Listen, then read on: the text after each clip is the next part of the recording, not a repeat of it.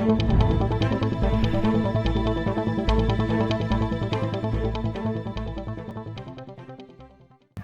evening, ladies and gentlemen.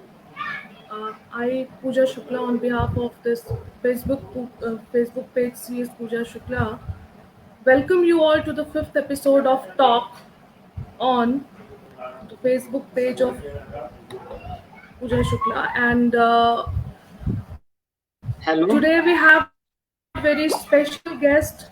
Hello, तो मैं today very special guest with us, and हाँ।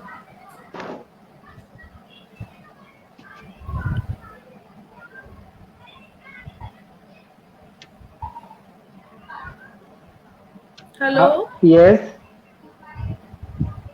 आवाज आ रही Okay, है sir. मेरी? So, yes, your voice is coming. Okay. So आज हमारे बीच एक बहुत ही स्पेशल गेस्ट हैं और वो है doctor Ajay Kumar Singh, assistant professor, Centre for Comparative Religion and Civilisation, Central University of Jammu. He is also vice president of JCUSS Jammu, Honorary Director Research of Global Buddhist Foundation, ex-Development Officer, Central Sanskrit University, and ex-Junior Consultant, Second Sanskrit Commission of India. So, and there are many more qualifications and many more achievements which I see in his profile when I look at his profile. And today he will be speaking on very important and pertinent topic, and that topic is COVID-19 pandemic and India socio-cultural solutions. So over to you, sir, now. Thank you ma'am, thank you for my brief introduction. मैं अपनी बात हिंदी में रखूंगा। सबसे पहले तो मैं एक श्लोक है वेदों का, ओम अस्तोमा सद्गमय तमसोमा ज्योतिर्गमय मृत्योर्मा मृतम गमय। यानी आज तो मैं थोड़ा दुखी हूँ, इसलिए मैं ये श्लोक भी शुरू में बोला है मैंने, क्योंकि अभी 2-3 घंटे पहले ही जो सुशांत की मृत्यु की खबर मिली है उससे मेरा मन बहुत दुखी है, क्योंकि वो मेरे दिल्ली यूनिवर्सिटी टाइम में मेरे जूनियर हुआ करते थे और 2004-5 के दौरान जब वो दिल्ली कॉलेज ऑफ इंजीनियरिंग के स्टूडेंट थे, उस दौरान 2-4 बार मेरा मिलना भी हुआ था। और ऐसे व्यक्ति का अचानक ऐसा फैसला ले लेना मुझे इस बात की तरफ मजबूर करता है कि हम अंधकार के किस दौर में गुजर रहे हैं। तो ऐसे में ये जो मैंने अभी एक श्लोक बताया था कि हमको असत्य से सत्य की तरफ चलना होगा, अंधकार से प्रकाश की तरफ चलना होगा, मृत्यु से अमरता की तरफ चलना होगा। तो मैं उस घटना के बाद कहूँ आपको तो मेरा बिल्कुल भी मन ऐसा हो रहा था कि मैं आज इस पे बात कर पाऊंगा। अभी भी काफी कुछ मैं यही उस बात को लेके चिंतित हूँ कि देखिए, हम बात भी करने वाले थे इसी के विषय पे कि कोरोना महामारी और भारत, उसमें सामाजिक सांस्कृतिक क्या समाधान हो सकते हैं इस महामारी में। अब ऐसे महामारी के इस दौर में जिसमें कि आप पिछले 2-3 महीनों से ये देखते और सुनते आ रहे हैं, तमाम नकारात्मक खबरें, जो समाज का एक वर्ग है जो नकारात्मकता फैलाने की कोशिश करता है, जिसमें ये दिखाया जाता रहा कि गरीब, बेसहारा और जो ऐसे लोग हैं सिर्फ वही पीड़ित हैं। लेकिन आज की इस घटना ने तो हमें ये साबित कर दिया कि जिनके पास पैसा, सारी सुख सुविधाएं हैं, वो भी कहीं ना कहीं जीवन के रास्ते से भटके हुए हैं। ऐसे में इस दौर में देखिए, एक युवा 34 साल के एक युवा का जाना, सबसे पहले तो मैं उसको विनम्र श्रद्धांजलि अर्पित करता हूँ। ईश्वर से प्रार्थना करता हूँ कि ईश्वर उनकी आत्मा को शांति प्रदान करे। और अब मैं अपनी बात पे आता हूँ। काफी मन दुखी है, फिर भी हम अपनी बात करते हैं। सबसे पहले तो देखिए, आजकल जब हम देखते हैं तो हर गली पे, हर चौराहे पे, क्योंकि अब लॉकडाउन भी खुल चुका है, तो आपको हर जगह दिखाई देता होगा। आप जहां जाइए, जिससे बात करिए, जिससे मिलिए, सब जगह चर्चा का जो केंद्र है वो क्या है? सिर्फ कोरोना। यानी जो भी बात है, एक तरीके से कोरोना ने एक सोशल नैरेटिव का रूप ले लिया है। कोरोना से हर कोई भयभीत भी है, सशंकित भी है, उससे सजग रहने की अपने अपने तरीके से लोग कोशिश कर रहे हैं। कोरोना को लेके लोग अपने अपने हिसाब से, कई लोग उसका एक कह सकते हैं कि कोरोना के को लेकर सजग हैं, तो दूसरी तरफ कुछ लोग ऐसे भी हैं जो बिल्कुल सजग नहीं है, जो उसका उपहास उड़ा कर रहे हैं, जो जितने निर्देश हैं उन निर्देशों का भी पालन नहीं कर रहे हैं और एक तरीके से अपने निकृष्ट कृत्यों से इस बीमारी को फैलाने में अहम भूमिका भी निभा रहे हैं। तो ऐसे में देखा जाए तो इस बीमारी ने जो सबसे बड़ी शंका पैदा की है वो है मृत्यु का भय। तो भय तो सबसे बड़ी परेशानी होती है दुनिया में। तो और साथ ही साथ एक चीज और साबित कर दिया है कि हम आधुनिकता के जिस दौर में जी रहे थे, जिस आधुनिकता ने हमें जीवन की बहुत सारी सुख सुविधाएं दी हैं, जिसको पाकर हमें लगता था कि ये आधुनिकता बहुत अच्छी है, उस आधुनिकता ने भी हमें किस मुहाने पे लाके खड़ा कर दिया है, ये भी आप और हम देख रहे हैं। और हमें अब लग रहा है कि इस आधुनिकता ने हमें क्या दिया है। और आप विज्ञान को भी देखिए, विज्ञान भी बेबस है। विज्ञान, क्योंकि ये जो कोरोना की महामारी है, ये तो अब ऑलमोस्ट 7 महीने हो चुके हैं दुनिया में इसने जब कदम रखा है। चाइना में तो नवंबर 2019 में ही कदम रख दिया था और अब पूरी दुनिया लगभग 200 देश इससे प्रभावित है। तो हम जिस भूमंडलीकरण या जिस वैश्वीकरण को लेके बहुत ही आह्लादित होते थे, बहुत उसको बढ़ा चढ़ा के पेश करते थे, उसने हमें क्या दिया है ये आपके हमारे सामने है। यहाँ तक कि सारी संस्थाएं, यहाँ धार्मिक संस्थाएं भी आपके सामने बंद पड़ी दिखाई देती हैं। और आप ये भी देखिए कि जो 21वीं सदी, जिसको बाजार की सदी कहा जाता था, बाजार की जो रोज की बाजार की स्थिति परिस्थिति होती थी, सिर्फ उसकी चर्चा करते होते थे हम कि आज बाजार की क्या स्थिति है। सेंसेक्स की बातें होती थी, हमारे ग्रोथ रेट की बातें होती थी। आप देखिए तो जिन लोगों ने जितना तेजी से उस बाजार की व्यवस्था को अपनाया, सबसे ज्यादा अगर देखा जाए तो सबसे ज्यादा प्रभावित इस दुनिया में देखेंगे आप तो वही लोग हुए हैं जिन्होंने बाजार को सब, और उस बाजार का शिकार कहीं ना कहीं हम सारे लोग हो गए। तो आज जो ये आपके सामने, हमारे सामने ये विकट परिस्थिति आई है, इस विकट परिस्थिति ने तो जो हम शिव के बारे में हमारी भारतीय परंपरा में आप लोग सुनते होंगे, जानते होंगे कि शिव जब अपना तांडव करते हैं तो उस तांडव के समय में क्यों कर, जितनी बार भी उन्होंने तांडव किया, उस तांडव के पीछे का इतिहास क्या है? यही है, जब जब समाज में गैर बराबरी, वैमनस्य, जब बुराइयां इतनी ज्यादा हो गई, तो उसमें कहते हैं ना, समाज संस्कृति और सभ्यता को संतुलित करने के लिए उन्होंने ऐसे, इसी तरीके से ये कोरोना भी हमारे सामने यही चीज लेके आया है। कोरोना ने हमें ये दिखा दिया कि जो हम स्वार्थ से, लालच से, उपभोक्तावाद के दौर से इतनी बुरी तरह में उसकी जाल में जकड़ गए थे, तो हमको ये साबित किया है कि जिसके पीछे आप भाग रहे थे वो, उसने आपको इस मुहाने पे लाके खड़ा किया है जहां आपकी जिंदगी बचेगी या नहीं बचेगी, ऐसी कठिन परिस्थिति इसके हमारे सामने है। और अब हम सोच भी नहीं पा रहे हैं कि हमें क्या करना है, क्या नहीं करना है। तो देखिए, जो 3-4 चीजें अगर हम मैं ज्यादा इस पे जाऊंगा नहीं कि क्या क्या समस्याएं, क्योंकि सुबह से शाम हम टीवी में, न्यूज़पेपर्स में, अपने दोस्तों से जहां भी बात करते हैं, सिर्फ कोरोना को लेकर ही चर्चाएं हो रही हैं। कितनी डेथ हो गई दुनिया में, कोरोना का से बचने वालों का क्या, मतलब उससे ठीक होने वालों की क्या स्थिति है, कितने लोग ठीक हो पा रहे हैं, कौन सी दवाई कारगर है, नहीं है, इसका वैक्सीन कब तक बन के आएगा। लेकिन जो सामाजिक और सांस्कृतिक तौर पर अगर हम बात करेंगे तो हमको लगता है कि 3-4 प्रभाव जो मुख्य रूप से हैं। एक तो ये प्रभाव निकल के सामने आया है कि इंटरेक्शन और इंटरफेस, आप देखेंगे तो इंटरेक्शन और इंटरफेस जो है वो कॉन्टेक्टलेस हो गया है।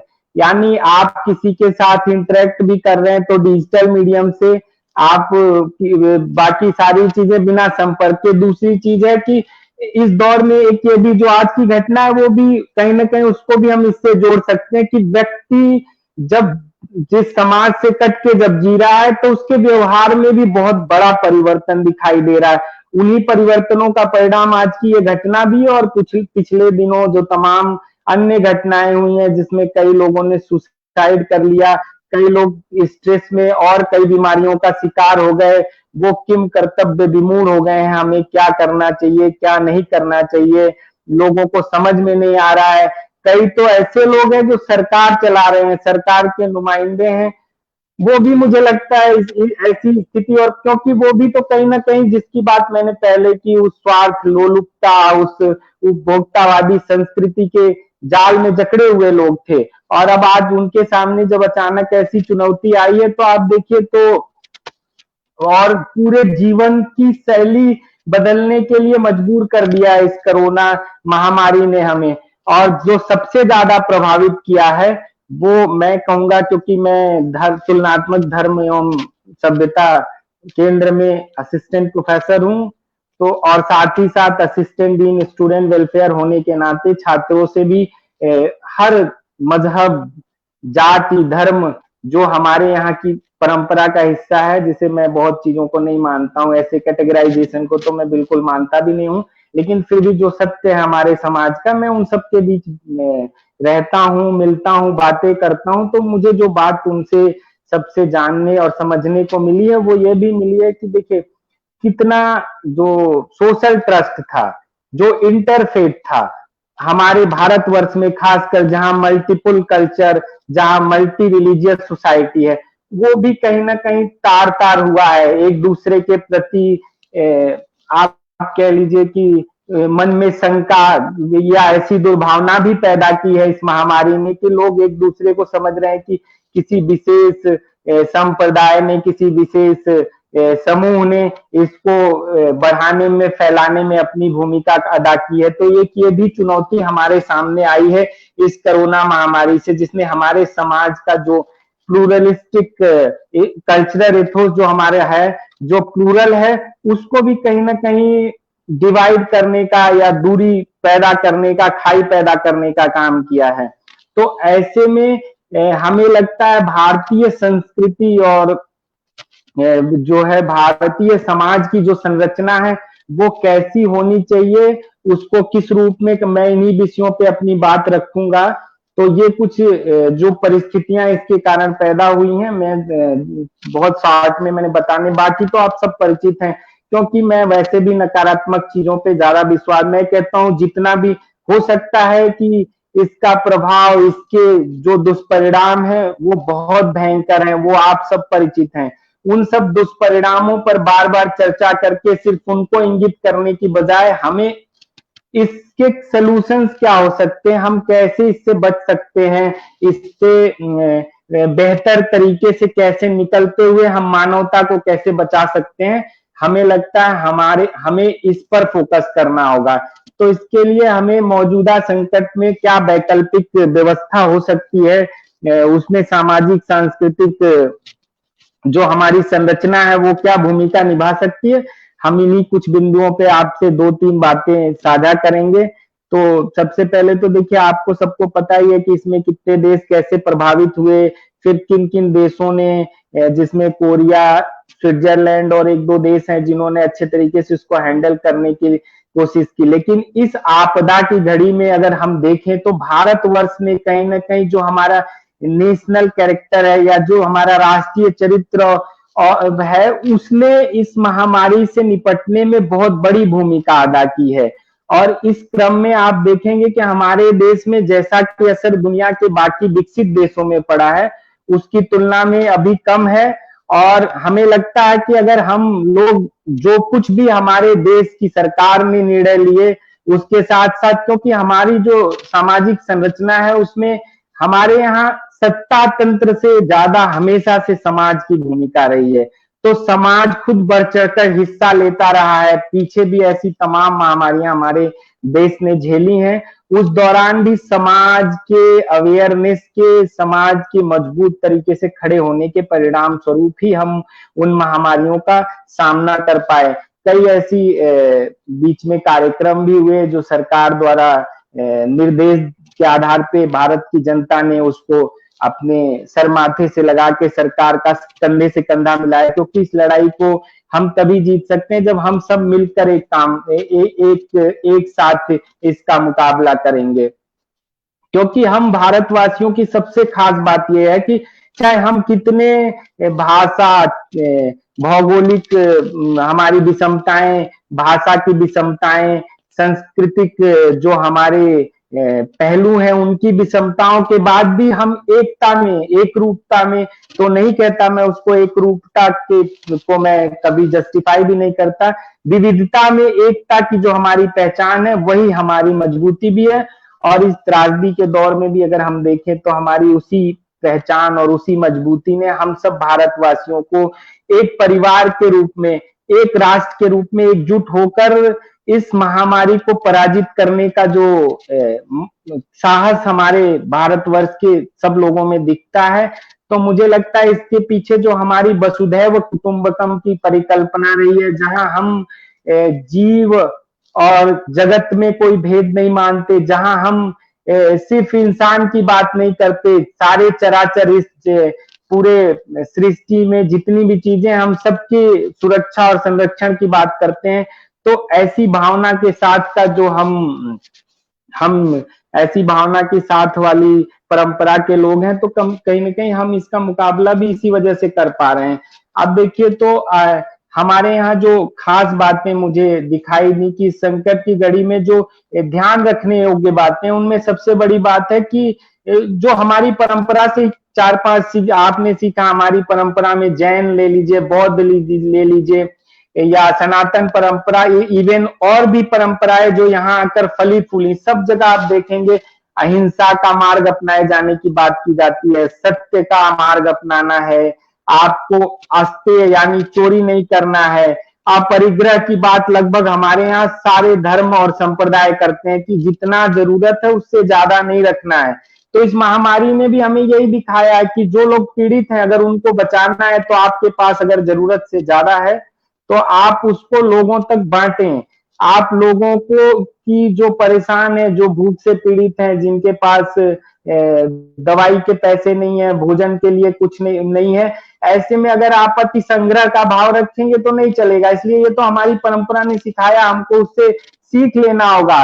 और ये बाजार और उपभोक्तावाद की जो अंधी दौड़ है, उससे निकल के ना अपनी, जिसको आत्मनिर्भर, स्वावलंबी और स्वदेशी, जो हमारी अपनी अपने देश की अपनी परंपरा रही है ना, हमें वापस वहीं लौटना होगा। ऐसी भावना के साथ हमें आगे बढ़ना होगा। तो पहली सबसे बड़ी चीज है, हमें तो अपरिग्रह का भाव रखना है, अपने जितनी जरूरत है उससे ज्यादा बिल्कुल नहीं रखना है।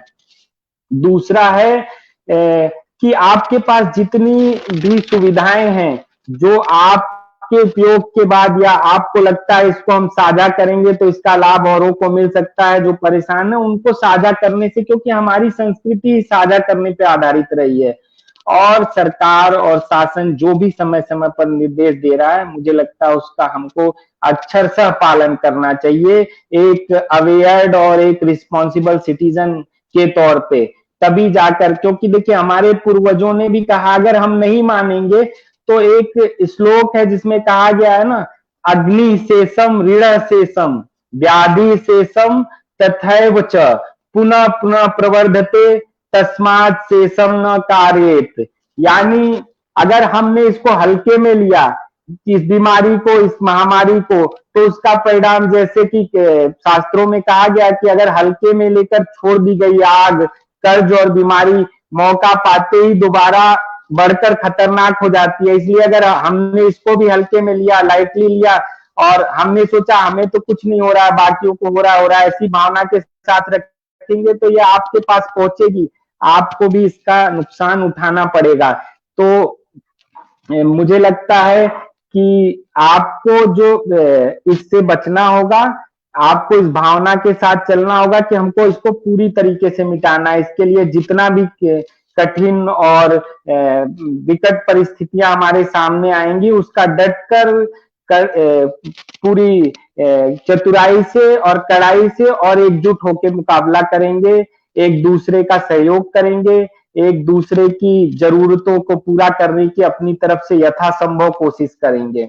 दूसरी चीज है कि आप देखेंगे तो जो जो ये सभ्यता दुनिया में मैकेनाइज्ड हो गई थी, जिसमें मशीनों के पीछे लोग भाग रहे थे, जहां इंडिविजुअल सेंट्रिक लाइफ इतनी तेजी से, जहां पे व्यक्ति अपने आप में, तो इस महामारी ने हमें ये भी दिखा दिया कि वैसी व्यवस्था हमें कभी जो है जीवन को इसी कगार पे लाके खड़ी करेगी, जहां हमारे जीवन का अस्तित्व ही खतरे में पड़ जाएगा। तो हमें पुनः सोचना होगा कि जो हम उस व्यवस्था में थे जिस प्रॉफिट ड्रिवन, मैं कई बार अपने स्टूडेंट्स को भी कहता हूं कि हम कहाँ चले गए, हम उस प्रॉफिट ड्रिवन इकोनॉमी के चक्कर में कहाँ पड़ गए, जो किसी दूसरों की बनाई हुई व्यवस्था को कॉपी करने का क्या दुष्परिणाम हुआ वो हमारे सामने। हमने प्रकृति का खूब दोहन किया, खूब शोषण किया, अधिक से अधिक उत्पादन कैसे भी करके उससे ज्यादा से ज्यादा लाभ कमाने की भावना और वो लाभ अपने पास बचा के रखने की भावना ने हमें देखिए कहाँ कितनी डिस्पैरिटी लाई, गरीब अमीर के बीच खाई बढ़ाई। और इस महामारी के सामने आने के बाद आप लोगों ने देखा है पीछे कैसे लोग सड़कों पे पैदल निकल गए, क्या स्थिति थी, जो कि 10-10, 15-15 साल से महानगरों में रह रहे थे, 1 मिनट में उनकी जिंदगी रोड पे आ गई। तो क्या वो उस व्यवस्था में अगर दम होता, वो व्यवस्था सस्टेनेबल होती, वो व्यवस्था मानवता की हितकारी होती, वो व्यवस्था नेचर सेंट्रिक होती, तो ऐसी स्थिति आती क्या? मुझे नहीं लगता बिल्कुल ऐसी स्थिति आती। इसका मतलब वो व्यवस्था कहीं से भी हमारे, खासकर हम भारतवंशियों के लिए, हम भारतवासियों के लिए बिल्कुल ही बेकार है। और अब ये अच्छा वक्त है, कई बार होता है ना कि बुरा वक्त भी हमें कुछ अच्छा रास्ता दिखा देता है, तो इस बुरे वक्त ने हमें एक अच्छा रास्ता दिखाया है। तो हमें लगता है कि इस समय हमको आत्मचिंतन करना चाहिए, आत्मावलोकन करना चाहिए। जो हमारे सभ्यता और संस्कृति की जड़ें रही हैं उसकी तरफ हमको लौटना होगा। हमें जो हमारे संस्कार रहे हैं, जो हमारी जीवन शैली रही है, खासकर आप देखिए अभी जो सारे लोग लौट के कहाँ जा रहे थे, वो अपने उन गांव को जा रहे थे जो जिसकी हमने चर्चा करनी ही छोड़ दिया था। गांव को हमने, या गांव की चर्चा तो छोड़िए, जो गांव से अपने को जुड़ा हुआ रखता है, या जो गांव का व्यक्ति है उसको तो हम गंवार, उसको हम अनडेवलप्ड की श्रेणी में रख देते थे। लेकिन इस त्रासदी में अगर किसी ने आपको हमको बचाया है, अगर घर बैठे लॉकडाउन में भी आपको हमको हमारी थाली में भोजन मिल रहा था, आपको अनाज मिला, सब्जी मिली, दूध मिला, फल मिला, तो मुझे लगता है वो गांव के वही किसान, वही मजदूर जिन जो मेहनत करते हैं, जो वो उगा के हमें देते हैं, उसी ने हमें बचाया है। जो हम और आप एक दूसरे से आज बात कर पा रहे हैं, उसमें मेरा मानना है कि उनका ही योगदान है। इसलिए हमें अपना आत्मचिंतन और आत्मावलोकन करने की जरूरत है। और इस महामारी के बाद आपने ये भी देखा होगा कि पिछले 2-3 महीनों में जो लॉकडाउन रहा उससे नेचर में कितना परिवर्तन आया है। तमाम आपको पिक्चर्स आ रही हैं सोशल मीडिया पे, तमाम न्यूज आ रही हैं कि पोल्यूशन लेवल इतना घट गया है, ये हिमालय बहुत दूर से स्वच्छ सुंदर हिमालय दिखाई दे रहा है, शहरों की स्थितियां बदल गई हैं। तो इसने हमें हमें एक राह दिखाई है ना कि देखिए हम जिस अंधी दौड़ में दौड़ रहे थे, अगर हमने अपनी दौड़ को रोका है तो हमारी प्रकृति कैसी प्रफुल्लित है, कितनी खुश है। और हम और आप उस प्रकृति के कारण ही, हम उस प्रकृति की ही कृति हैं। तो जिसने हमें बनाया है, जिसने हमें ऑक्सीजन, जिसने हमें भोजन सब कुछ दिया है, उसके प्रति एक कहते हैं संवेदना का भाव होना चाहिए, उसकी रक्षा करने का एक अपने अंदर जो हमारी परंपरा में भी रहा है वो हमें मानना होगा। और हमें जो ये मानव जनित व्यवस्था जिसमें मानव ने अपने को सर्वोपरि मान लिया था, ये एंथ्रोपोसेंट्रिक मॉडल से हटके बायोपोसेंट्रिक यानी बायोसेंट्रिक मॉडल, जहां की इस पूरे यूनिवर्स में जितने कुछ हैं क्रिएचर, सबको सबका बराबर का अधिकार है, हमारा भी उतना ही जितना बाकियों का है। इस व्यवस्था के साथ हम किसी को विस्थापित न करें, किसी को कि कहते हैं ना कई बार, अब जैसे मैं जिस विश्वविद्यालय में हूँ वहां आसपास की जो जमीन ली गई मैं देखता हूँ वो एक बहुत ही अच्छा नेचुरल लैंडस्केप था। अब वहां पे जो कंस्ट्रक्शन का काम हुआ उसकी वजह से जो बायोडाइवर्सिटी डिस्टर्ब हुई, तो उसका दुष्परिणाम तो आगे झेलना ही होगा। अभी भी जब हम इस व्यवस्था या इस परेशानी के दौर में देख रहे हैं तो हमें बार बार ये भी तो दिखाई देता है कि हम दोबारा से कहीं ऐसा तो नहीं कि हम इतने ज्यादा टेक्नोलॉजी डिपेंडेंट होने की तरफ बढ़ने लगे हैं कि ये एक और नई त्रासदी को जन्म दे। तो इसलिए हमें संतुलित जीवन रखना होगा, तकनीकी के प्रयोग की जरूरत है इस समय, लेकिन कितना और किस रूप में प्रयोग होना चाहिए उसमें सबके स्थिति और परिस्थिति का ख्याल रखे जाते हुए, और ये तकनीकी रोजगार परक भी हो, और साथ ही साथ ये तकनीकी हमारी जो सामाजिक सांस्कृतिक संरचना है उसको कहीं नुकसान न पहुंचाए, इसका ख्याल रखते हुए इस तकनीकी के प्रयोग की इजाजत दिए जाने की आवश्यकता है। अगर हमने इसका फिर अंधानुकरण किया तो कहीं ना कहीं वो फिर हमें एक अलग त्रासदी की तरफ ले जाएगा।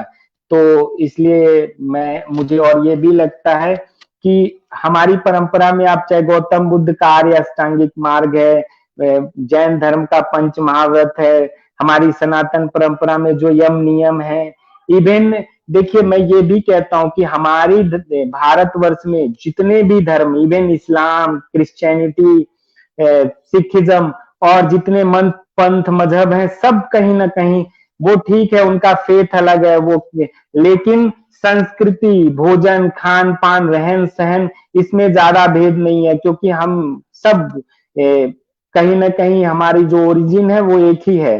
तो हम सब में मैं बार एक मेरे मतलब मन में आता है, sense of all religion are same, सबका जो आत्म या सार तत्व है वो तो एक ही है। तो हमें विभेद नहीं करना है धर्मों के आधार पे, संप्रदायों के आधार पर। हम जैसे पहले मिलजुल कर रहते थे, ऐसे इस महामारी के दौर में भी हम अपनी उस सामाजिक ताने बाने को और मजबूत करेंगे, सोशल ट्रस्ट को और ज्यादा कायम करेंगे, क्योंकि किसी भी धर्म में समाज का हित करने की बात नहीं की जाती है। और जो भी लोग दूसरे फेथ को भी मानते हैं, वो अगर भारतवर्ष में रहते हैं तो कहीं ना कहीं उनकी जीवन शैली में हमारी सनातन परंपरा से निकली हुई जो संस्कृति है वो ही किसी न किसी रूप में रची बसी है। मैं अभी कल परसों एक उदाहरण दे रहा था एक व्यक्ति को, मैंने कहा कि आप कश्मीर के संदर्भ में अगर कश्मीरी ब्राह्मण को और कश्मीरी मुस्लिम को अगर दोनों को किसी एक जगह आपको बताया ना जाए और दोनों को एक घर में, एक किसी होटल में या एक जगह खाने पीने रहने के लिए कुछ दिन छोड़ दिया जाए और आपको ऑब्जर्व करने के लिए कहा जाए, आपके लिए बड़ा मुश्किल होगा पहचान पाना, क्योंकि उनका खान पान, रहन सहन एक दूसरे के साथ कितने अच्छे से रहा करते थे। तो आज क्यों हम ऐसा कि एक दूसरे को इतनी हे दृष्टि से देखने लगे? इसके पीछे जो शक्तियां हैं हमको उनको तो आइडेंटिफाई करना है, लेकिन इस महामारी में हमें हमारे उस इंटरफेथ को बढ़ाना है। हमें एक दूसरे के साथ दोबारा सामंजस्य स्थापित करते हुए अपनी विविधता की जो ये रही है उस परंपरा को आगे बढ़ाते हुए, और जो भगवान बुद्ध ने मध्यम मार्ग दिया था ना, ऐसे समय में हमें एक्सट्रीम पोजीशंस नहीं लेनी है, क्योंकि दुनिया का भला भी, मुझे भी ऐसा लगता है कि अगर आप एक मुहाने पे सिर्फ खड़े हो जाएंगे और वहीं से बस ये बोलेंगे सिर्फ यही सत्य है बाकी सब असत्य है, तो फिर डिवीजन बढ़ता है। इसलिए हमें बीच का रास्ता निकालना होगा, हमको सीमित और संयमित उत्पादन की तरफ जाना होगा, रादर देन अनलिमिटेड प्रोडक्शन और अनलिमिटेड वेस्टेज। जो आप देखते थे ये एक व्यक्ति के घर में एक की बजाय 100 गाड़ियां यूज कर रहे हैं, किसी के पास खाने के लिए पैसे नहीं है। तो क्योंकि हमारी जो परंपरा रही है ना, उसमें आप देखते हैं व्यष्टि, समष्टि, सृष्टि और परमेष्टि की एकात्मता का भाव रहा है। वहां जीवन को उन्नत और आनंदमय बनाने की बात की जाती रही है, और हम भी सत्य, अहिंसा, बंधुत्व, इन सब रास्तों से चलकर जब हम इसको अपनाएंगे, सत्य को, अहिंसा को, अस्तेय को, ब्रह्मचर्य को, अपरिग्रह को, तो हमें लगता है कि जो हिंसाकारी जो समाज बन गया उससे मुक्ति मिलेगी, एक अहिंसक शांति प्रिय समाज होगा। और जब अहिंसक और शांति प्रिय समाज होगा तो ऐसी कोई भी परेशानी या महामारी आएगी तो उसका मुकाबला हम सब मिल के करेंगे। और ऐसे दौर में जो सबसे जरूरी चीज है, जो मुझे लगता है कि क्योंकि भारत ग्रामीण केंद्रित व्यवस्था या यहाँ गांव का बहुत ही महत्व रहा है, तो हमें आने वाले भविष्य में भी हमारे गांवों को आत्मनिर्भर बनाना पड़ेगा। हमें ये देखना होगा कि हमारे जैसे पीछे अभी बहुत सारी चर्चाएं हुई, इस संदर्भ में मैं ये बताऊंगा, दीनदयाल उपाध्याय जी जो कहा करते थे ना कि इंडस्ट्री का विकेंद्रीकरण होना चाहिए, या जैसे जिलेवार हमें देखना पड़ेगा कि कौन से जिले में क्या पोटेंशियल है, उसकी मैपिंग करके उसके हिसाब से वहीं रोजगार के अवसर मुहैया कराने पड़ेंगे। तभी जाके जो है हम जिस स्वावलंबी आत्मनिर्भर भारत की बात कर रहे हैं, और जब तक लोग आत्मनिर्भर और स्वावलंबी नहीं होंगे तब तक असमानता भी रहेगी। इसलिए अगर समानता लाना है तो उसके लिए हमें अपने गांव की स्थिति मजबूत करनी होगी, क्योंकि भारत का जो भविष्य है वो गांव में ही है। तो हमको एक तरीके से ग्राम स्वराज का जो संकल्पना है उसको मजबूत करना है। और उस संकल्पना में आप देखेंगे तो वहां पे स्वावलंबन का भाव है, वहां पे समानता का भाव है, स्वदेशी को, क्योंकि जब आप ऐसे जिलों की मैपिंग करेंगे, हर एक जिले में प्रोडक्शन होगा, आसपास के 10-20 जिलों के पोटेंशियल को देख के अगर मैपिंग की जाए कि कैसे ऐसे हम विकेंद्रीकृत प्रणाली डेवलप करें कि सामान भी बने हर जिले में, और फिर उसका असेंबलेज के लिए ट्रांसपोर्टेशन का खर्चा भी कम आए, फिर वो स्वदेशी मॉडल हमारा कितना अच्छा होगा अगर आप इस पे हम सभी विचार करेंगे। और साथ ही साथ हमको सर्वधर्म समभाव जो हमारी परंपरा में रहा है वो आप देखेंगे, उसको लेके चलेंगे तो हमें वापस से जो लोग गांव गए हैं उनको लौट के फिर शहरों में नहीं आना पड़ेगा। क्योंकि देखिए ये भी है, जब जब लोग कहते हैं ना कहीं एक जगह बहुत ज्यादा हो जाएंगे, कहीं बिल्कुल नहीं रहेंगे, तो भी असमानता, बुराइयां, बीमारियां, परेशानियां ही रहेंगी। इसलिए हमको इक्वल डिस्ट्रीब्यूशन के लिए ऐसे मॉडल को या सुनिश्चित करना पड़ेगा। जब हम ऐसे मॉडल सुनिश्चित करेंगे, हमें स्मार्ट सिटीज की बजाय स्मार्ट गांव बनाने की तरफ बढ़ना होगा। क्योंकि ये शहरीकृत व्यवस्था आप देख लीजिए, अभी भी जो महामारी में सबसे ज्यादा प्रभावित है वो दिल्ली, मुंबई, जो भी बड़े शहर हैं हमारे देश के, आप देखें आधे से ज्यादा कोरोना पीड़ित इन्हीं शहरों में है। तो फिर इसने भी तो हमको एक सबक दिया है। तो हमें लगता है एक तो ये चीज है कि भौतिकता कितनी जीवन में जरूरी है, लेकिन भौतिकता के साथ आध्यात्मिकता का संतुलन होना चाहिए। जब हम भौतिकता और आध्यात्मिकता का संतुलन करके जीवन को आगे बढ़ाएंगे, तभी जाके हम ऐसी किसी भी समस्या से अभी भी बचेंगे, और आने वाले भविष्य में ऐसी कोई समस्या हमारे पास भटकेगी भी नहीं। क्योंकि ये समस्याएं तभी आती हैं जब हम विकृति की तरफ जाते हैं, और विकृति वही होती है जो संस्कृति के बिल्कुल अपोजिट काम करती है। जो आपकी संस्कृति में देखिए आज वही बात की जा रही है कि हमें हाइजीन हेल्थ की मेंटेन करने की, तो हमारी परंपरा में देख लीजिए आप, गांव में पहले भी लोग जो उनकी जीवन शैली थी, जो लोग मुझे देख रहे होंगे या सुन रहे होंगे, उनको मालूम होगा कि गांव की जो व्यवस्था थी जीवन जीने की, उसमें वो हेल्थ और हाइजीन ऑलमोस्ट ऐसे ही मेंटेन किया जाता। वहां पे साफ सफाई रखने की बात होती थी, स्वच्छता रखने के लिए हाथ पैर धोना, बार बार धोने की बात कही जाती थी। खाने से पहले हमें कितना साफ सफाई रखना है, सोने से पहले, जगने के बाद, ये सारी चीजें। और कैसे कम संसाधनों में खुशमय जीवन जीना है, खुशहाल जीवन जीना है, ये भी हमारे गांव से जो लोग बिलोंग करते हैं या वो सीख सकते हैं। और यहाँ तक कि हमारी युवा पीढ़ी जो शहरों में रहती है, उनको भी उनके स्कूलों की शिक्षा में ऐसा कोई करिकुलम फ्रेमवर्क जो अभी भविष्य में बनना है, उसमें भी ऐसा मॉडल मुझे लगता है डेवलप किया जाना चाहिए कि वो भी गांव जाएं, देखें। क्योंकि जिन गांवों के मेहनत के दम पे हमारे देश की पूरी अर्थव्यवस्था टिकी है, उसके बारे में अगर हमारी अभी की जनरेशन को पता नहीं रहेगा, तो भी वो कोई भी पॉलिसी, कोई भी सिस्टम क्रिएट करेंगे तो वो सिस्टम सबके लिए अच्छा नहीं हो पाएगा, और वो फिर ऐसी ही परेशानियां लेके हमारे बीच आएगा। तो हमारा मानना है कि हमें सामुदायिकता की तरफ भी अपने आप को, यानी कम्युनिटी इंगेजमेंट जो गांव में पहले था कि एक दूसरे के साथ मिलजुल के उसको उसको बढ़ावा देना होगा। और मानवीय मूल्यों को खासकर, क्योंकि जो मानवीय मूल्य है अगर हम उसको नहीं मानेंगे, उसका ध्यान नहीं रखेंगे, तो हमें ये त्रासदी। और मानवीय मूल्यों में जब मैं बात करता हूं तो मुझे लगता है कि उसमें जो मुख्य बातें हैं वो ये है कि सबसे पहले तो 3-4 चीजें जो मैंने आपको अभी बताई थी कि ये तो आपको ये अहिंसा सत्य अस्तेय, इसके अलावा ना व्यक्तिगत जीवन में भी आपको नैतिक बने रहने के लिए जो हमें सिखाया गया है कि आपको सोच यानी शुचिता स्वच्छता का ध्यान रखना है, संतोष का भाव रखना है, आपको हार्ड वर्किंग यानी तप का भाव यानी तप करने की हमें कैसे तप करना है, हार्ड वर्किंग कैसे बनना है, सेल्फ स्टडी जो हमें नियम हमारे बताए गए हैं योग सूत्रों में भी और मनुस्मृति में भी, ईश्वर परिधान और फिर आप जिसको मानते हैं उसके प्रति आत्मसमर्पण का जो भाव है, ये भावना हमें रखने की बात। ऐसे ही आप देखें सम्यक दृष्टि, सम्यक संकल्प, इवन सम्यक आजीविका, बौद्ध धर्म के जो आर्य अष्टांगिक मार्ग है वहां पे सम्यक आजीविका की जब चर्चा की जाती है कि हमारी आजीविका कैसी होनी चाहिए, उसमें हमें किस तरह का व्यापार और व्यवसाय नहीं करना है, फ्लैश का व्यवसाय नहीं करना, टॉक्सिकेंट्स का बिजनेस नहीं करना, ह्यूमन ट्रैफिकिंग का बिजनेस नहीं करना।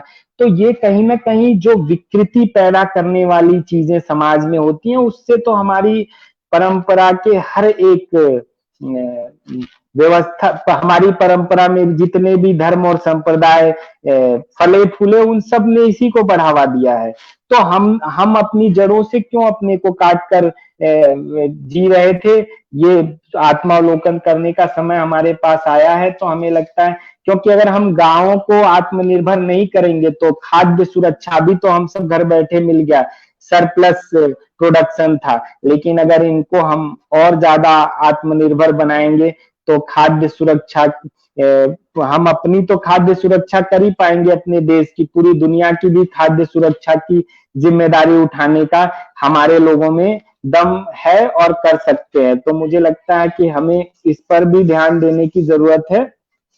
और इसके अलावा जो तीसरी चीज जैसे गांव को एक ये भावना की दान देने की प्रवृत्ति जो हमारे शास्त्रों में भी कहा गया है ना, कि आप जो कमाते हैं, कि श्लोक मुझे याद आ रहा है कि उपर्जिता नाम वित्ता नाम त्याग एव ही रक्षणम तडगोदर संस्थानाम परिवाह इवाम संभाव, यानी कि कमाए हुए धन का त्याग करने से ही उसका रक्षण होता है।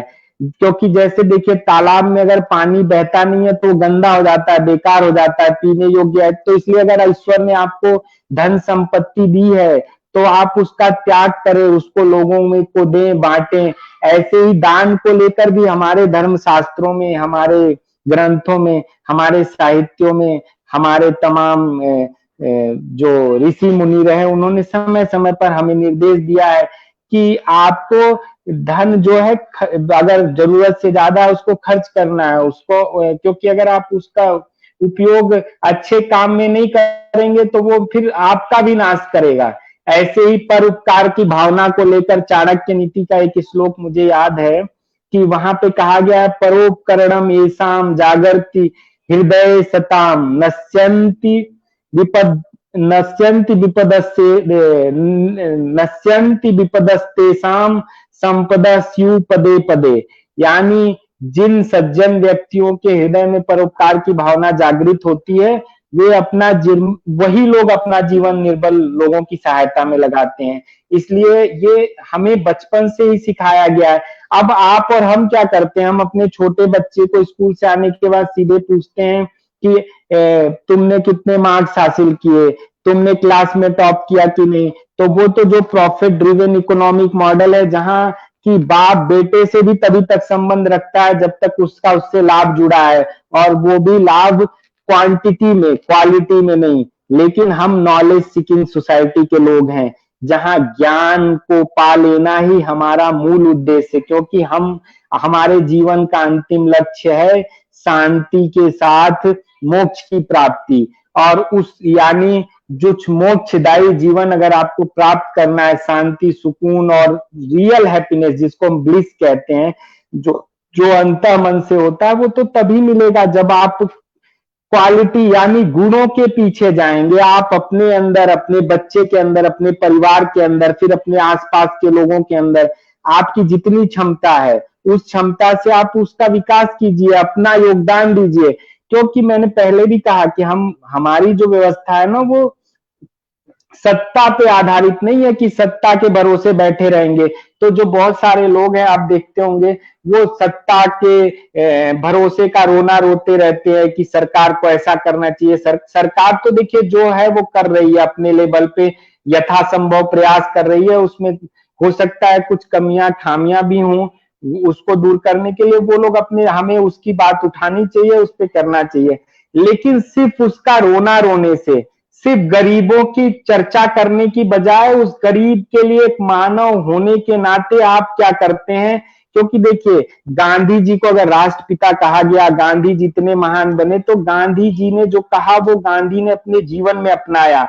और आप और हम देख रहे हैं कि आज जो तथाकथित बुद्धिजीवी लोग हैं, वो बातें तो बहुत करते हैं, लेकिन उनके जीवन में एक रत्ती भर भी कुछ भी उनके आचरण में नहीं दिखता है। तो हमें ऐसा नहीं बनना है, क्योंकि हमारी सामाजिक और सांस्कृतिक जो धरोहर रही है वो हमें ये सीख देती है कि हमें परोपकार की भावना रखनी है, हमें दान देने की भावना रखनी है, हमें ऐसी आजीविका से अपना जीवन चलाना है जो आजीविका कभी किसी दूसरे के अधिकारों का हनन नहीं करती हो, सिर्फ अपना फायदा नहीं देखती हो। तो हम जब इस चीज को लेके चलेंगे ना, तो ये सारे जो तथाकथित बुद्धिजीवी तमाम नामों से जाने जाते हैं, मैं उनके जीवन को जब देखता हूं, पूरे दिन तो वो बातें करते हैं गरीब की, बेसहारों की, लेकिन अगर आप उनके व्यक्तिगत जीवन में थोड़ा झांक के देखेंगे, तो सिर्फ और सिर्फ पब्लिक में वो बहुत अच्छी अच्छी बातें करते हैं, लेकिन एक व्यक्ति, इस त्रासदी में भी आपने देखा होगा ऐसे लोग आपको कहीं नजर नहीं आए होंगे। उससे ज्यादा आपने देखा होगा ऐसे लोग, कई ऐसे उदाहरण आए जो खुद रिक्शा चलाता था, जो खुद भिखारी था, लेकिन उसने अपने इकट्ठा पैसे लोगों को दान दे दिया, लोगों भूखे लोगों को खाना खिलाने में खर्च कर दिया। तमाम ऐसी स्वयंसेवी संस्थाएं जिनके ऊपर बहुत आरोप लगता है, जिनको कई तरह के, मतलब ये तथाकथित बुद्धिजीवी तमाम बातें करते हैं, लेकिन वो देखिए इस त्रासदी के दौर में वो लोगों को खाना खिला रहे हैं, लोगों के लिए रोजगार नहीं होने की स्थिति में उनका कैसे जीवन चले उसकी व्यवस्था कर रहे हैं।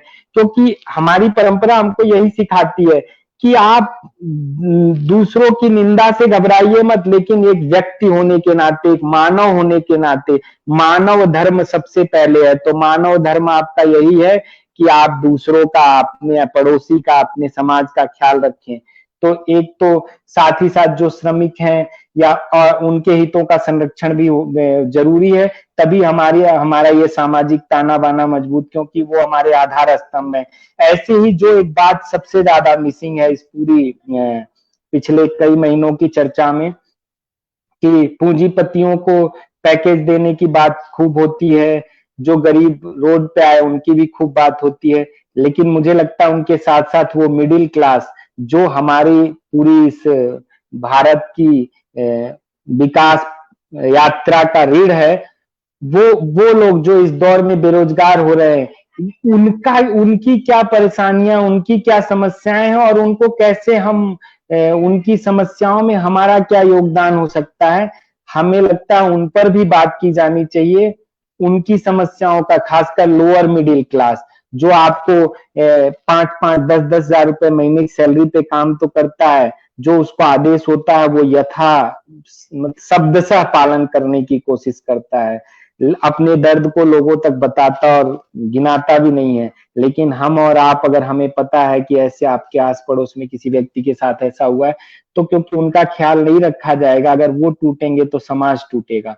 और ऐसे जो कहते हैं ना, रीढ़ की हड्डी अगर नहीं होगी तो आपका जीवन की गति रुक जाएगी। तो इसलिए हमारे देश की और समाज की गति भी रुक जाएगी। तो हमें उनका भी विशेष तौर पे ख्याल रखना है।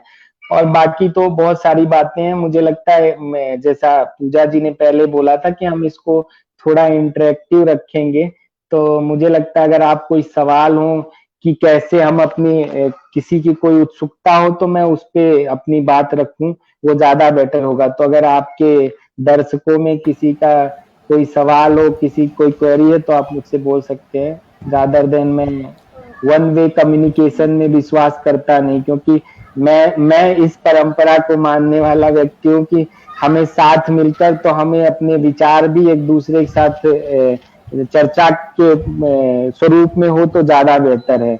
तो अगर कुछ हो, क्योंकि देखिए हमें हमें जो आप बताएं, अगर तो आप हैं अभी लाइन पे। हेलो, जी जी जी, मेरी आवाज आ रही है?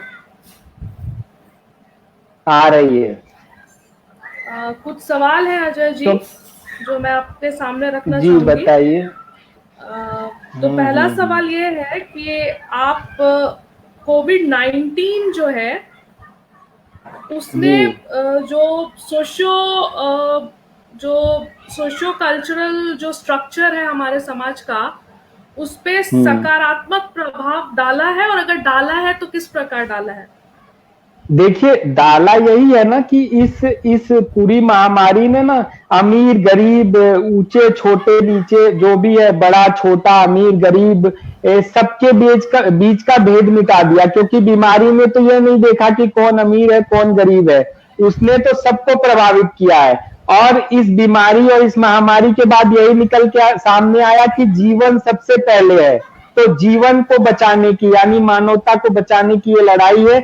इस लड़ाई ने कहीं ना कहीं सबको ये सोचने के लिए मजबूर किया है कि हम बिना एक दूसरे के सहयोग के नहीं बच सकते। अगर जो अमीर लोग हैं, अगर ये हमारे स्वास्थ्य कर्मी जो कोरोना वॉरियर्स हैं, जो नर्सेज हैं, जो सफाई कर्मी हैं, जो डॉक्टर्स हैं, अगर वो अपना काम न करें तो आपके पास आप कितने बिलियनियर मिलेनियर हो, आप क्या बच सकते हैं? नहीं बच सकते हैं। यानी हर व्यक्ति एक दूसरे पे आश्रित है। तो इसने हमारे समाज को ये सीख दी है।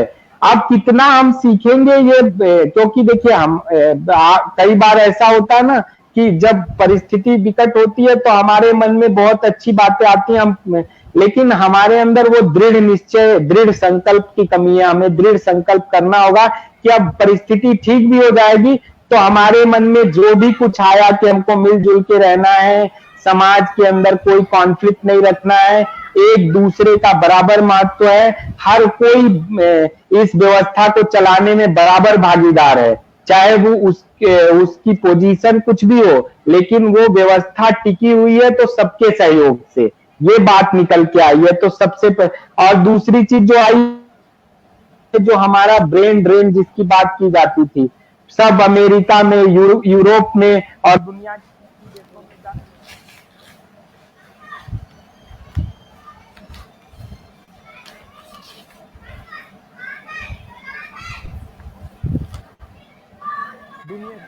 दुनिया के बाकी देशों में। हेलो, जी आपकी आवाज आ रही है। आपको मेरी तो दुनिया के बाकी देशों में जाके कर रहे थे, पैकेज ले रहे थे। इस महामारी के बाद क्या हुआ, बहुत सारे लोग लौट के आ गए, बहुत सारे लोग आने की स्थिति में है।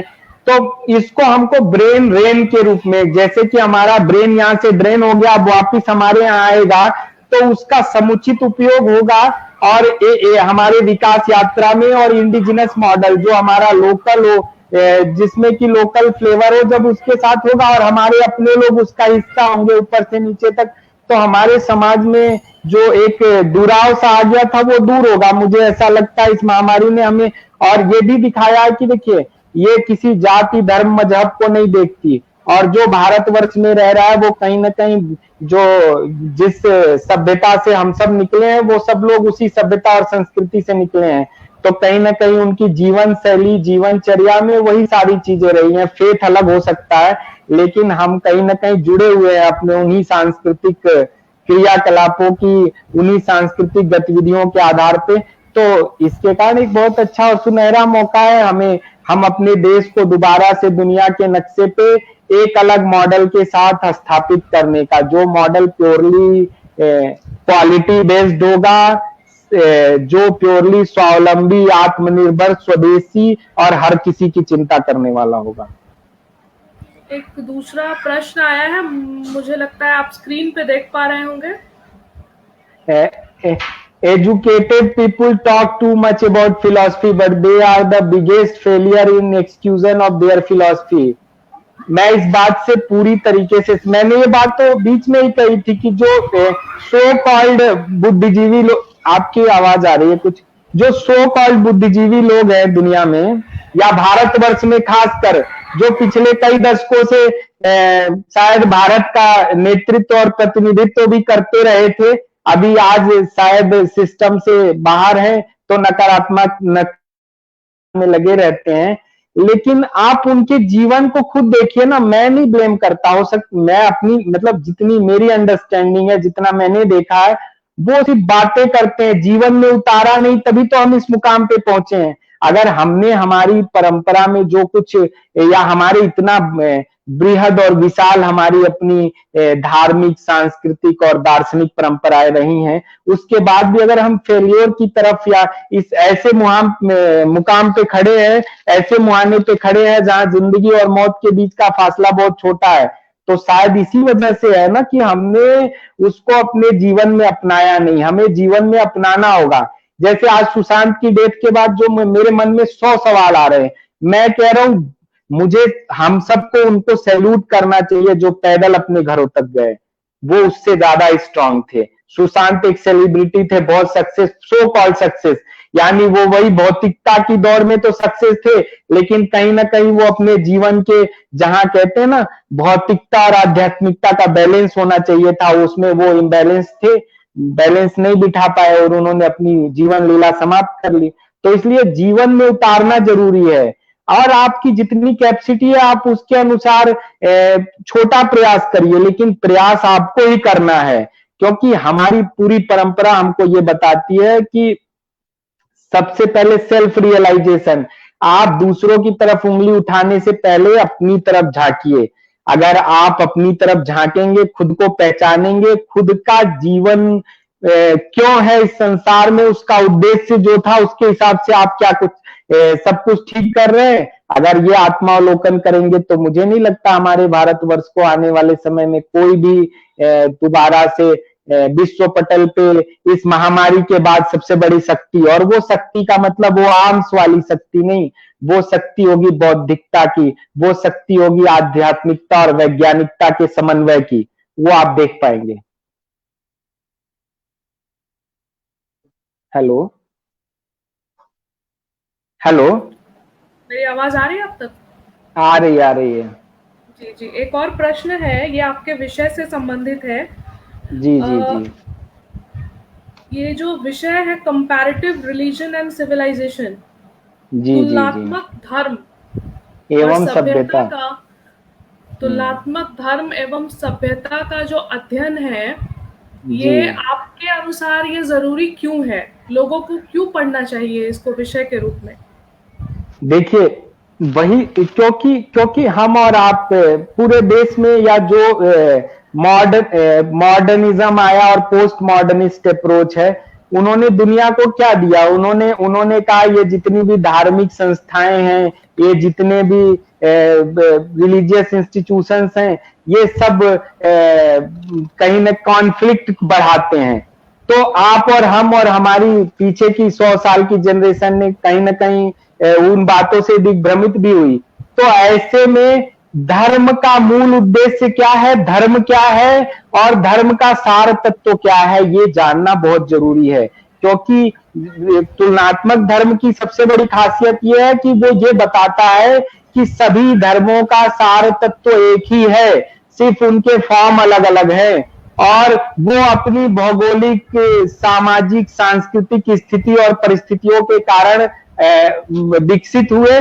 तो जिसमें जो हमारे या भारतवर्ष से उपजी हुई या भारतवर्ष से निकली हुई जितनी परंपराएं हैं, उस परंपरा में का अपना एक स्वरूप है, जो सिमेटिक रिलीजन्स हैं उनका एक स्वरूप है। लेकिन हम कैसे इंटरफेथ के साथ, एक दूसरे के फेथ की रेस्पेक्ट करते हुए, एक दूसरे के साथ हार्मोनी के साथ, लव के साथ, फ्रेंडलीनेस के साथ रह सकते हैं, इसके लिए हमें धर्मों का तुलनात्मक अध्ययन और सभ्यताओं का भी तुलनात्मक अध्ययन बहुत जरूरी है।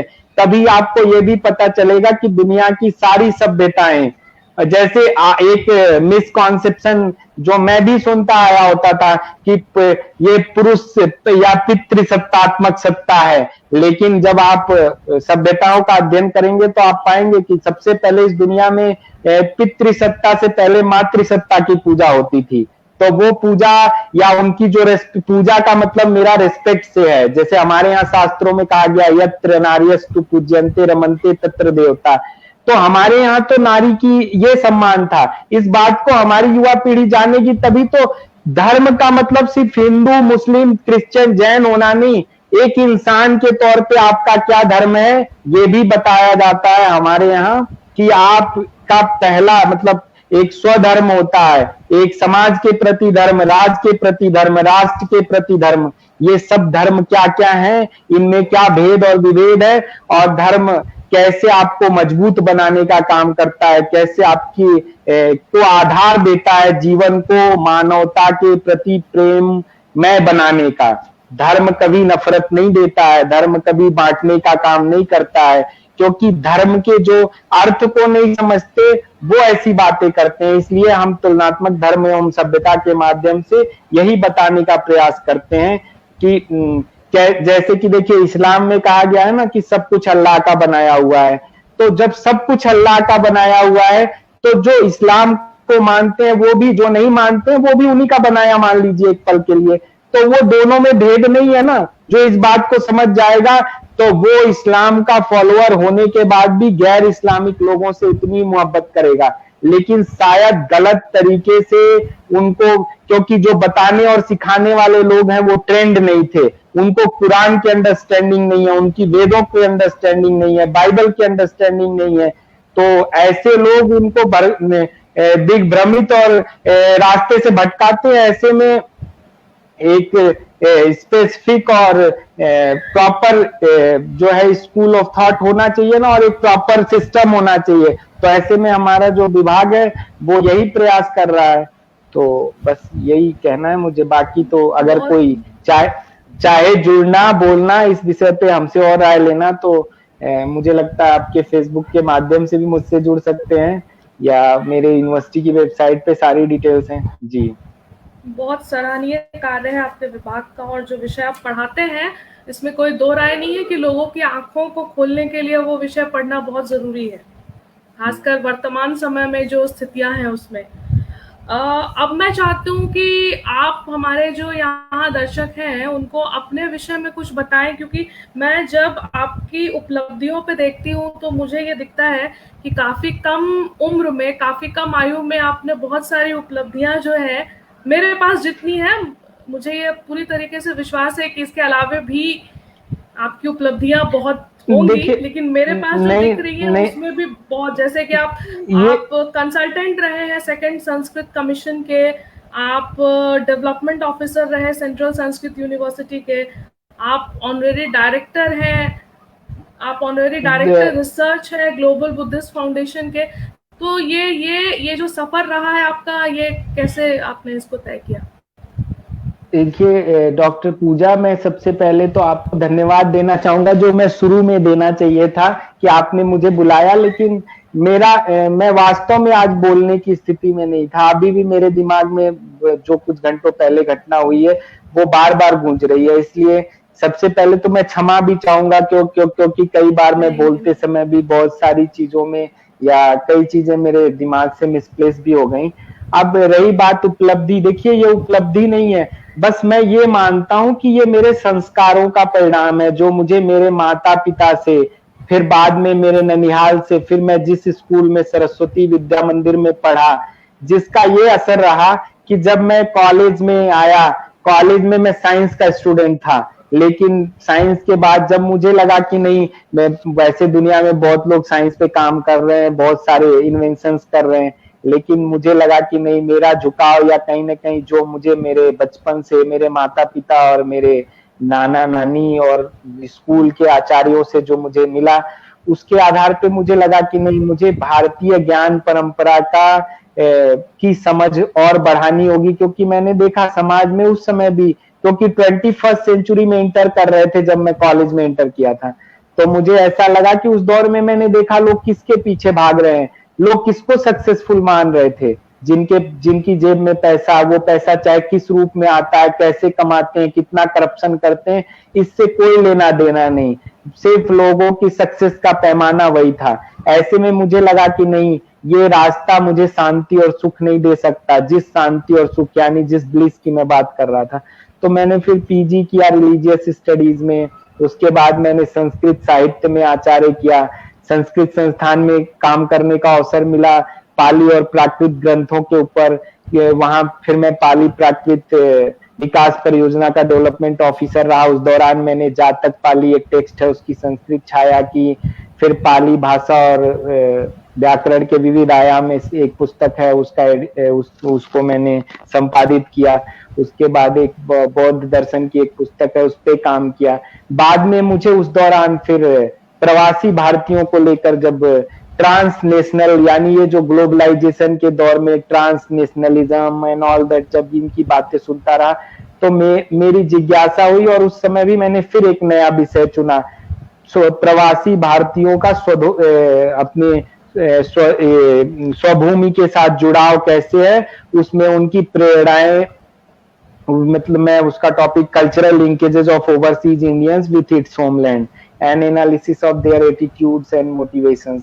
तो मैंने इस पे काम किया। तो जो भारतवंशी 200 साल पहले, जैसे आजकल आप लोग देख रहे हैं ना रिवर्स माइग्रेशन की बात हो रही है, तो मैंने उनकी स्टडी की है कि जो 200 साल पहले यानी 5 पीढ़ी पहले गए थे 5 साल के अनुबंधित श्रमिक के आधार पे, और कैसे उन्होंने अपने आप को उन देशों में स्थापित किया तमाम कठिनाइयों के बाद। क्योंकि कॉलोनियल माइंडसेट तो ऐसा था कि जब तक आपसे फायदा उठा सकता है, यानी 5 साल के अनुबंध पे ले गए और फिर उनको वापिस आने की कोई व्यवस्था नहीं होती थी। ऐसे में उन लोगों ने कैसे क्या क्या त्रासदी झेली, और आज देख लीजिए मॉरिशस में वो सरकार में है, फिजी में काफी अच्छी संख्या में वो हैं, और फिजी में पिछले वर्षों में भारतवंशी वहां के प्रधानमंत्री भी बने थे। त्रिनिदाद टोबैको में कमला प्रसाद विशेषर है, सूरीनाम में आप देख लीजिए, नीदरलैंड में काफी संख्या में।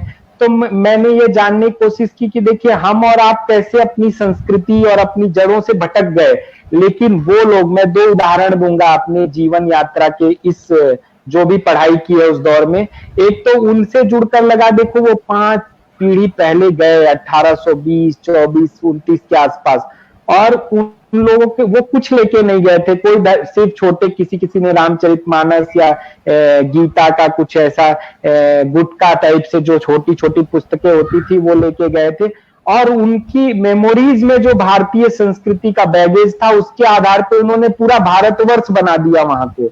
और हम और आप कितने डेविएट हो गए कि आज आपके मेट्रो सिटीज में ढूंढने जाइए आपको भारतवर्ष दिखता ही नहीं है। आप ऑलमोस्ट वही टीवी का कल्चर हावी हो गया, और टीवी पे दुनिया के दूसरे देशों का वही जो जिसकी मैंने चर्चा की है, बात बार नहीं करूंगा, तो ये क्या रहा। और दूसरा देखा कि जो 20-30 साल पहले गए थे उनके और उनके अंतर बीच में क्या अंतर है, तो वो आपके सामने है। जो 20-30 साल पहले गए थे, जो पैकेज के आधार पे जीवन का सक्सेस देखते थे, आज वो लोग वापिस लौट के आ रहे हैं। तो अब हमें अपनी व्यवस्था एक ये चीज देखी। फिर ये सौभाग्य प्राप्त हुआ कि दुनिया के one of the best scholar professor Avadhesh Kumar Singh ji के अंडर में रिसर्च करने का, जो अपने इस दौर के तुलनात्मक साहित्य और धर्म और दर्शन के एक बड़े विद्वान थे, और शायद उन्होंने मुझे ऐसी एक दिशा दी जिसमें ना कभी किसी के लिए नफरत का भाव हो ही नहीं सकता, कभी किसी को बांट के देखने का भाव हो ही नहीं सकता। ये मैंने अपने गुरु से भी सीखा, और उन्होंने मुझे हमेशा सिखाया कि अच्छाइयां जहां भी हैं वो लीजिए, और लेकिन अपने रूट से कट के नहीं, क्योंकि अगर आपने अपनी जड़ों को छोड़ दिया तो आप ज्यादा दिन नहीं रह सकते। और एक और जो मेरे इस जीवन यात्रा में रोमा जिप्सी लोगों के साथ मिलने जुलने और बात करने का अवसर मिलता है, जो 1300 साल पहले भारत से 1300-1400 साल पहले भारत से गए थे, और आज यूरोप के बहुत सारे देशों में मार्जिनलाइज्ड कम्युनिटी के तौर पे रहे, कितने सताए गए, परेशान किए गए, लेकिन उन्होंने तब भी हार नहीं मानी और आज तक टिके हुए हैं। तो उन सबसे यही सीख मिलती है कि हमारी भारत की जो परंपरा रही है, जो संस्कृति रही है ना, वो बहुत जीवट है, वो कभी हार नहीं मानती है। और इसके उदाहरण ये तमाम भारतवंशी, तो हम क्यों हार मानेंगे? हमारे पास तो सब कुछ है, बस हमें अपनी सोच बदलने की जरूरत है, वापिस से वहां लौटने की जरूरत है। बाकी देखिए, मैं तो अभी एक बिगिनर हूं इस दुनिया इस विधा में, क्योंकि हमारी तो विधा में कहा गया है कि व्याकरण सिर्फ सीखने के लिए 12 वर्ष की ट्रेनिंग चाहिए, तो हमने तो अभी टोटल 12 वर्ष सारी चीजें सीखने में लगाई होंगी। तो अभी लगता है मुझे बहुत कुछ सीखना है, बहुत कुछ जानना है। लेकिन ये अच्छा है कि ये भी एक माध्यम मिला है अपने लोगों तक, बाकी हिस्सों तक पहुंचने का, जानने का, लोगों से रूबरू होने का। तो मुझे तो बहुत अच्छा लग रहा है। और आने वाले समय में मैं भी प्रयास करूंगा कि जो लोग इन विषयों में रुचि रखते हैं वो हमसे जुड़े, तो मैं समय समय पर उनके ज्ञानवर्धन के लिए खुद तो अपनी तरफ से जो मेरी समझ है, जितनी मेरी अंडरस्टैंडिंग है, मैं भी बात करूंगा। बाकी जो मेरे सीनियर विद्वान हैं मैं उनको भी आमंत्रित करूंगा, आपको भी आमंत्रित करूंगा।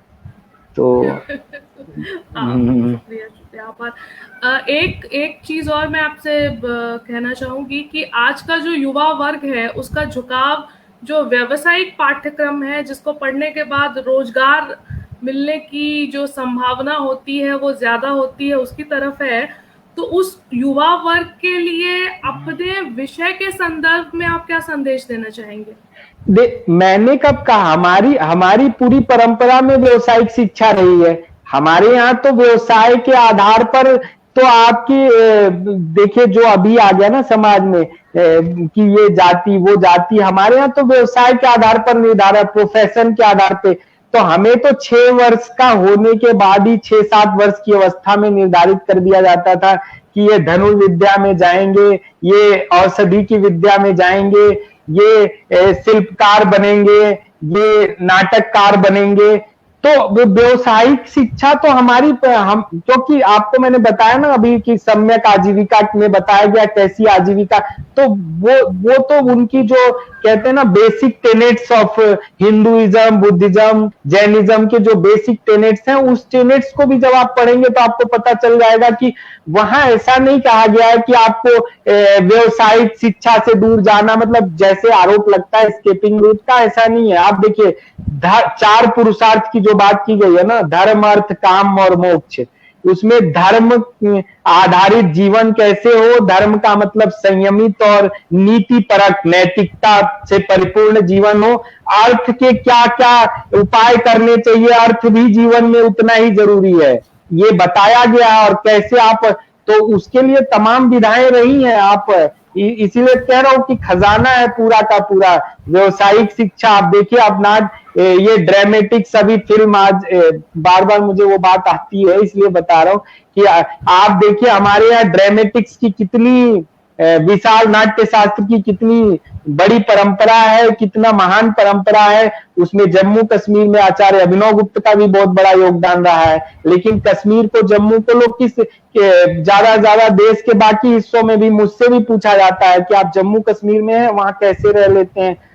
उनको पता ही नहीं है कि शायद आप जहां बैठे हैं मैं उससे ज्यादा पीसफुल जगह में बैठा हूं जम्मू में, और यहाँ पे उससे ज्यादा कल्चरल डाइवर्सिटी है। और भारतीय ज्ञान परंपरा को इस क्षेत्र का जितना योगदान रहा है, संस्कृत साहित्य को, भारतीय दर्शन को, वो पता ही नहीं लोगों को इसके। तो इसलिए क्या बोलते हैं, वो सारी चीजें रही हैं। तो व्यावसायिक शिक्षा के जो छात्र हैं ना, उनके लिए मेरा बस एक यही सुझाव है कि आप जो पढ़ रहे हैं वो पढ़िए, वो बहुत जरूरी है। इस कहते हैं ना हर समय और काल की अपनी एक मांग होती है, इस समय और काल की मांग है वो जरूरी है, लेकिन उसमें नैतिकता, सामाजिकता और ये कि आप कह लीजिए जिसमें मानवता और विश्व बंधुत्व का भाव छुपा होना चाहिए। ये नहीं होना चाहिए कि आप किसी कंपनी के बॉस बन गए तो आपके अंडर में जो काम कर रहा है उसको आपने टारगेट दे दिया और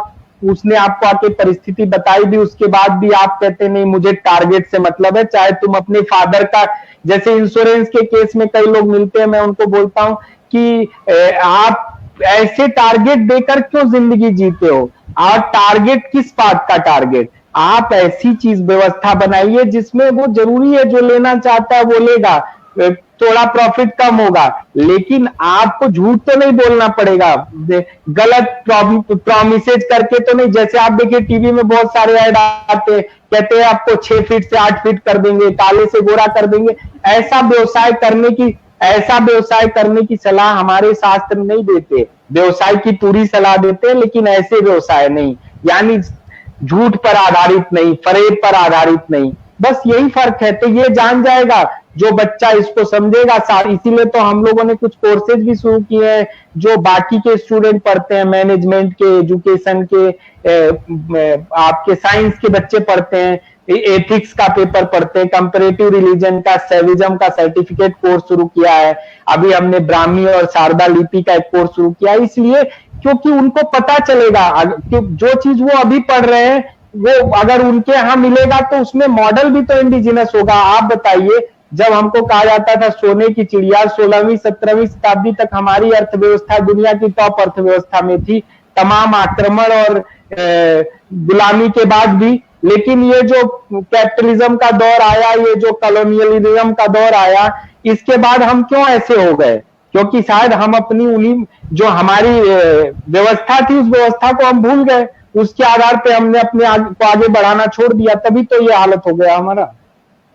मतलब कुल मिला के आपका कहना ये है कि अगर कोई विद्यार्थी है जो इस विषय को पढ़ने का शौक रखता है तो वो पढ़ने के बाद उसके जीवन में उस विषय के माध्यम से वैल्यू एडिशन होगा और वो चीजों को अच्छी तरह से समझ सकेगा, जान सकेगा। जी, जैसे आप क्या बिजनेस एथिक्स पढ़ाते होंगे, आप लोग क्या पेपर है मैनेजमेंट में बिजनेस एथिक्स का, लेकिन बिजनेस एथिक्स में जो मैंने सिलेबस देखा है उसमें वही आपको अपना एथिकल मॉडल बताना होगा ना, जो आपके यहाँ पर, जो आपके घर परिवार और समाज और संस्कार से बच्चा सीख के बड़ा हुआ है, वो उसके आधार पे उसको उसमें जोड़ना होगा। हम उसको बारोड मॉडल्स पढ़ा देते हैं, फिर वो बेचारा उसी में घूमता रह जाता है, क्या एथिकल है क्या अनएथिकल ये समझ ही नहीं पाता है।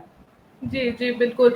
तो आमूल चूक परिवर्तन की आवश्यकता है। हमारी जो वर्तमान जो हमारी जो शिक्षा नीति है उसमें उसके बाबत भी जो चीजें हैं उसको बदलने की आवश्यकता है, ताकि हम स्वदेशी मॉडल की जब बात करते हैं या आत्मनिर्भर होने की बात करते हैं तो बाजार के माध्यम से नहीं, शिक्षा दीक्षा के माध्यम से भी हमें उसमें आत्मनिर्भर होना पड़ेगा। बिल्कुल, देखिए हमारी तो पूरी शिक्षा व्यवस्था में वही सारी चीजें रही है ना कि वो होलिस्टिक डेवलपमेंट की बात करता है, व्यक्तित्व निर्माण। अगर आपने व्यक्तित्व निर्माण नहीं किया तो वो व्यक्ति मानवता को बचाने वाला हो ही नहीं सकता, क्योंकि उसका जिसका व्यक्तित्व निर्मित नहीं हुआ, होलिस्टिक डेवलपमेंट नहीं होगा, तो वो खुद को ही बचाने और समझने में जिंदगी निकाल देता है। और इस त्रासदी में देख लीजिए, जैसे लोग कूट के आत्महत्याएं करते हैं, वो क्यों करते हैं? क्योंकि उनके व्यक्तित्व का प्रॉपर तरीके से निर्माण नहीं हुआ। जब मैं कई लोगों के जीवन की घटनाएं देखता हूं तो वो अचानक ऐसे फैसले में क्यों चले गए, ऐसी डिसीजन क्यों लिए होंगे, तो मैं देखता हूं कहीं ना कहीं जब वो अपने परिवार से कटे ना, तभी। जैसे आज सुशांत की डेथ के बाद मैंने देखा कि उनकी मदर एक्सपायर हो गई 2002-3 में, शायद 2 में। उसके बाद से धीरे धीरे वो ना अपने परिवार से कटते गए। ठीक है, इस इंडस्ट्री की दुनिया में आए, लेकिन कहीं ना कहीं जो हमारा यहाँ परिवार सबसे ज्यादा स्ट्रांग आधार है ना, उसके बिना हम आगे नहीं चल सकते। तो उन सारी चीजों के बिना हमारा समग्र व्यक्तित्व कमजोर हो जाता है। कई जो ये सो कॉल्ड मॉडर्निटी का अप्रोच है, वो कहते हैं कि हम अपने इंडिविजुअल सेंट्रिक होना चाहिए, इंडिविजुअलिज्म पे जोड़ देते हैं। तो इंडिविजुअलिज्म का सबसे बड़ा नुकसान यही होता है कि जब कोई बड़ी त्रासदी, कोई बड़ी परेशानी आती है ना, तो फिर आप उससे निकल नहीं पाते हैं, क्योंकि आपको जरूरत पड़ती है और उस जरूरत में आपके पास कोई नहीं होता है। इसलिए हमारा जो आधार है, संरचना है, वो व्यक्तित्व निर्माण में सबके साथ लेके चलने वाली है। जी, आपका बहुत बहुत धन्यवाद डॉक्टर अजय कि आपने आज, मैं इस बात को बहुत अच्छे से जानती हूँ, भली भांति परिचित हूँ कि आपका जो समय है वो बहुत मूल्यवान है और हमेशा आप किसी न किसी अच्छे कार्य में लगे रहते हैं। तो उस मूल्यवान समय में से आपने जो है वो हमारे पेज के लिए इतना समय दिया और इतनी अच्छी अच्छी बातें हम सबके समक्ष रखी। आपने ये बोध कराया कि हमें आत्मनिर्भर बनने की आवश्यकता है, अपनी संस्कृति, अपनी सभ्यता, अपनी सारी चीज़ों को साथ लेकर आगे बढ़ने की आवश्यकता है। तो मैं पूजा शुक्ला, CS पूजा शुक्ला फेसबुक पेज की तरफ से और जितने भी हमारे दर्शक और श्रोता हैं उन सब की तरफ से मैं आपको धन्यवाद कहती हूँ। और मैं ये चलो मेरी कहना तरफ से जी मैम थैंक यू। पता है धन्यवाद भी एक ऐसी परंपरा हो गई ना, हम तो कहते हैं कंटिन्यू चलते रहना चाहिए सिस्टम ना। तो हम जी फिर से मिलेंगे इन्हीं बातों के जी साथ। मैं बिल्कुल। भी अब आपने हमें बुलाया इसके लिए आपका बहुत बहुत धन्यवाद। और आप देखिए आप मैनेजमेंट में हो कि आप एक कवि हैं, आप कितनी साहित्य की विधा से जुड़ी हुई हैं, तो आप खुद देख लीजिए ना क्यों जुड़े हुए हैं। क्योंकि आपको पता है कि वही आपके रूट्स हैं। आप उसके आप मैनेजमेंट, नहीं तो मैनेजमेंट के लोग तो बहुत नीरस होते हैं, वो तो सिर्फ कैलकुलेशन पे चलते हैं।